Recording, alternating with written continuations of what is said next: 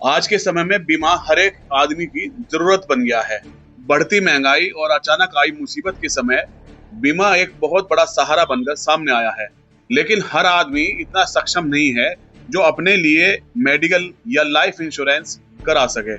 बीमा प्रीमियम काफी महंगा हो गया है। ऐसे में प्रधानमंत्री सुरक्षा बीमा योजना एक ऐसी स्कीम है, सुरक्षा कवच बनकर सामने खड़ी होती है। अगर आपका जॉइंट अकाउंट भी है तो भी आप इस स्कीम का लाभ ले सकते हैं।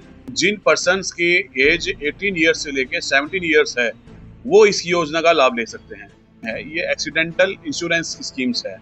ठीक है, सड़क दुर्घटना में एक्सीडेंट में किसी की मृत्यु होती है तो उसका मुआवजा उसके नॉमिनी जो उसके खाते में है उसको आर्थिक रूप में उसकी मदद की जाती है, जिसको 2 लाख रुपए बैंक के द्वारा मिलता है।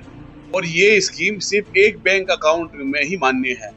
ऐसा ना हो कि आपके 5 अकाउंट है या मल्टीपल अकाउंट है तो आप लोग इसका स्कीम का लाभ केवल एक ही अकाउंट से ले सकते हैं। अगर आपने किसी और सभी खातों में प्रीमियम कटवा रहे हैं तो आपको इस स्कीम का लाभ नहीं मिल पाएगा।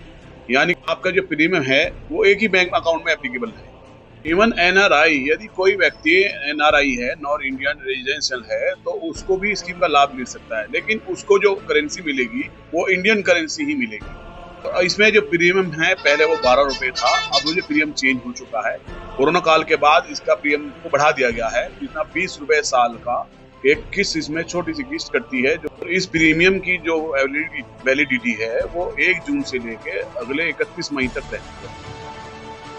जैसा कि मैंने बताया, यह स्कीम केवल एक्सीडेंटल क्लेम ही कवर करती है। इसमें मृतक के आश्रित को, यानी कि जो नॉमिनी है, वारिस है, उसको 2 लाख रुपए का मुआवजा भारत सरकार की योजना के तहत बैंक के द्वारा दिया जाता है।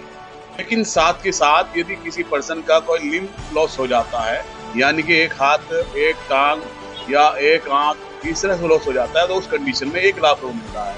और यानी अगर किसी व्यक्ति का 2 पैर 2 आंख यानी कि 100% वो विकलांग हो जाता है तो उस केस में भी 2 लाख का मुआवजा उसको मिलता है। यानी कि अंग लॉस होने पे जो एनरोल्ड है, जिसको नाम से पॉलिसी है, उसको ये मुआवजा दिया जाता है।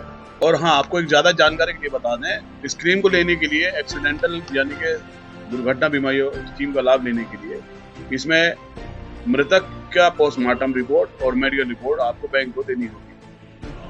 तो ऐसी और योजनाओं की जानकारी हम आपको निरंतर देते रहेंगे।